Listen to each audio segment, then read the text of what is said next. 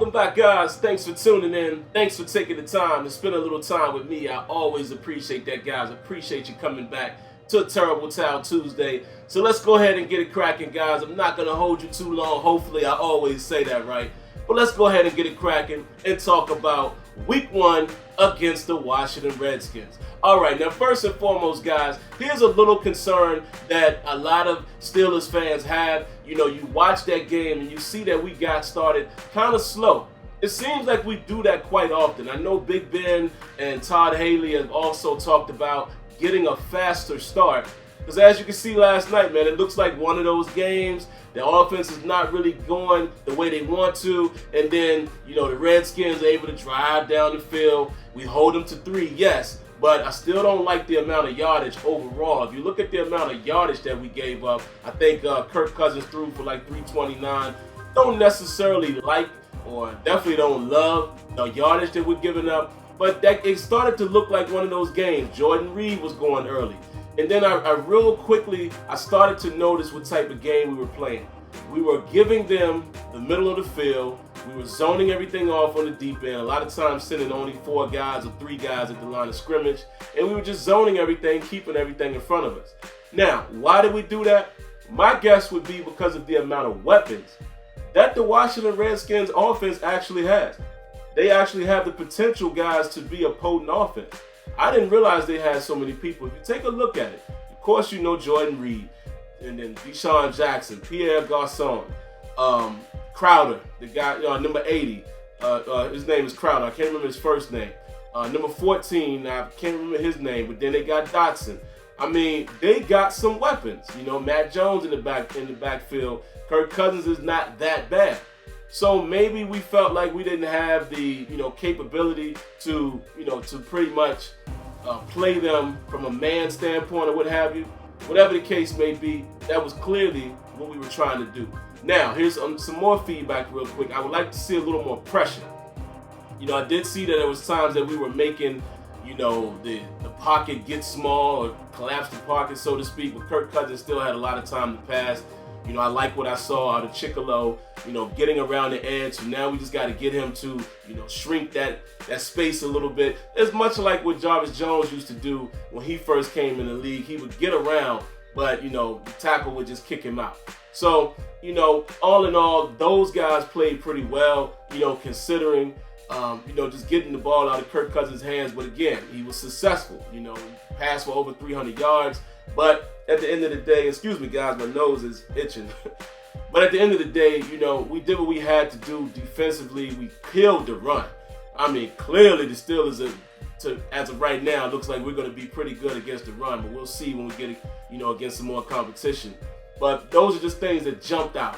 Pass rush needs to improve a little bit as far as actually getting to the quarterback and continuing to push that middle of the pocket. And the edge rushers need to, try to push that edge inward a little bit to, try to get in the quarterback's face. Now let's talk about the good things. I mean, come on. Antonio Brown. What else can you say about this guy? Antonio Brown is the truth. Period. Now that brings me to another point.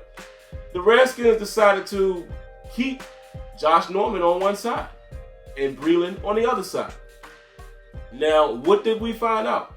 We found out that Josh Norman could very well be what I said before. He could very well be a scheme corner, meaning he plays well based on the scheme. Also meaning that based on the scheme, he will stay on one side of the field and then go on like that. Now, me personally, I don't necessarily like that. I prefer corners who are just the best corners they can be. Best on best, if you will. Let him follow the number 1 receiver around. Richard Sherman started to do a lot more of that last year, you noticed. And he was also, a victim of the same scheme where he always stayed on one side. But I saw last year they started letting him roam a little more, which in my opinion, what needs to happen if you're talking about a top-notch cornerback. Just my opinion. So Breeland didn't have a chance against Antonio Brown. The few times that Antonio Brown went against Josh Norman, if you really look at the film, he got past him. Even on that little quick slant or quick post route where AB tried to catch the ball and turn upfield, Josh Norman made a great play knocked the ball out. It's incomplete. And some people thought that was a fumble. I don't know. I think it was incomplete based on the route. But it is what it is. But even if you look at that play, AB got open. He had beat Josh Norman. There was another play where he was wide open on Norman and Ben missed him.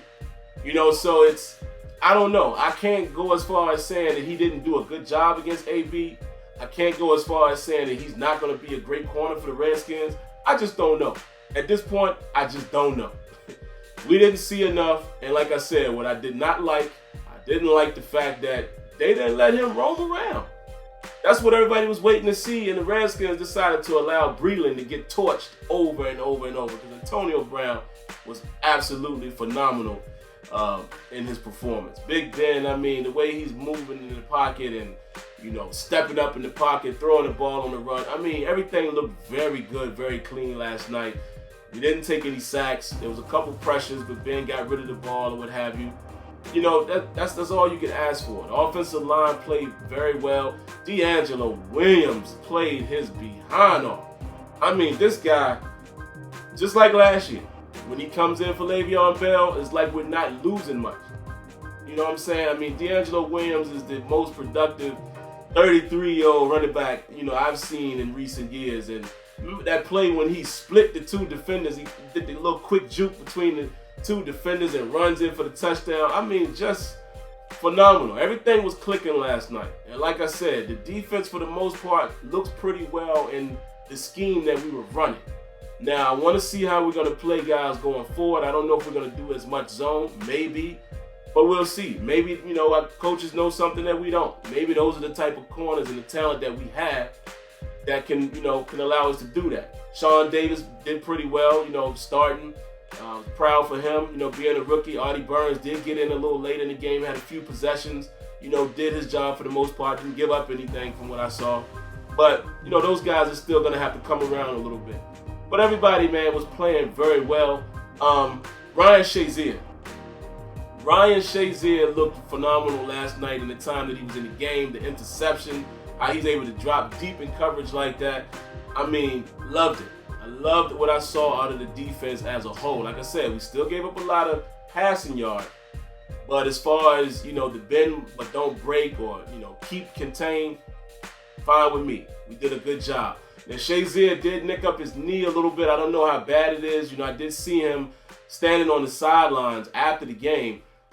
So, I don't think it's a significant injury. Hopefully not. I hope Ryan Shazier can stay healthy, man, because obviously when he's in the game, you see the type of impact he can have, how he charges the line, making all kinds of tackles, roams sideline to sideline. We need that guy, to help complement Lawrence Timmons. Because, of course, Lawrence Timmons is a little older. He may be losing a little bit of step, as far as pass coverage and stuff like that. And speaking of that, James Harrison with his 38-year-old self getting an interception down in the red zone. It was a lot of stuff to be happy about last night. A lot of guys making contributions. Robert Golden coming up, laying a big hit. Mike Mitchell laying big hits. Guys were doing their job last night, and I really appreciated what I saw. It gives you definitely something to look forward to in terms of how we're going to build this team out. And like I said, rotating guys on the D-line.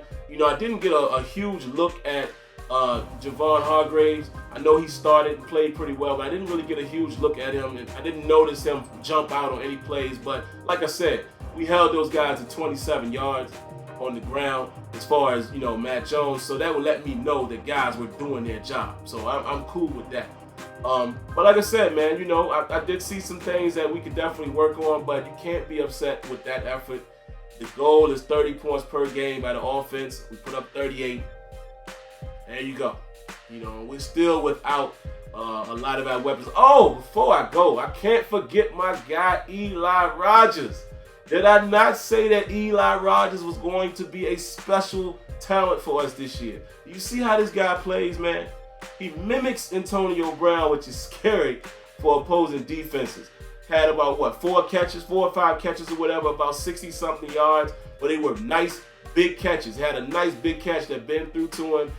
Put a few moves on the defender. Outstanding performance by Eli Rogers, as well as the touchdown. I forgot real quick. had a quick mind went blank there, guys. But the touchdown, him just being aware enough to see the ball hit Sammy Coates, hits him pretty much in the helmet, then he still catches it. Excuse me. Some guys could call it luck.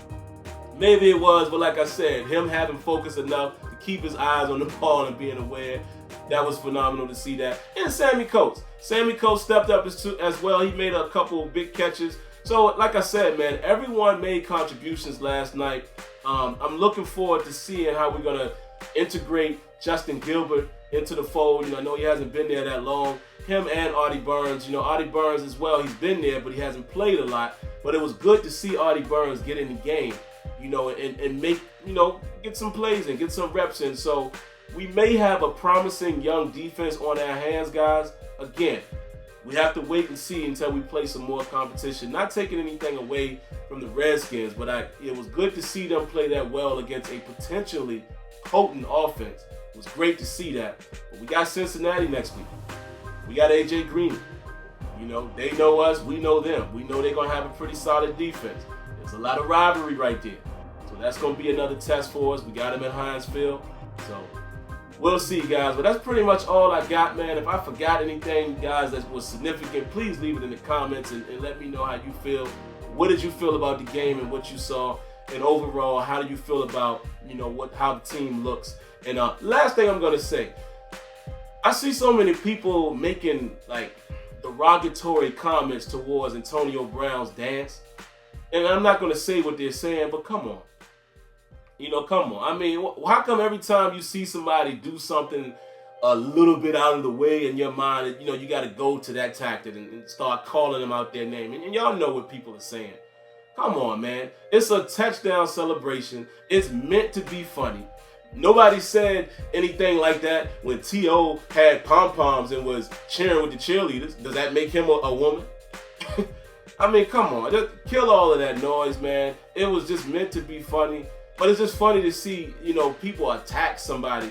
Like, the first thing they want to do is call him out of his name or say he has a sexual, a certain sexual preference because of the way he dances. That's just crazy to me, man. But anyway, I just wanted to point that out. Y'all know I like to talk about real situations, so I wanted to point that out before I go. But anyway, that's going to do it, guys. Leave your thoughts about the game in the comments. Let's get it. Here we go. We got our first dub. Hopefully next week, we can do the same against Cincinnati. Great game, great season opener. I look forward to seeing how we're going to build from this week forward. All right, guys, that's going to do it. Stay tuned for a few short messages. Peace. Hold up. Wait. Before you go, hit that sub box. Make sure you subscribe. Come back around for more content. And don't forget to leave your thoughts, leave your comments, and I promise it'll never hurt you to hit that like button. Another announcement real quick, guys.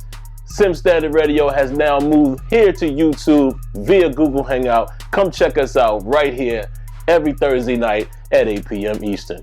All right, that's all I got for you. Okay, bye. Go ahead, get out of here.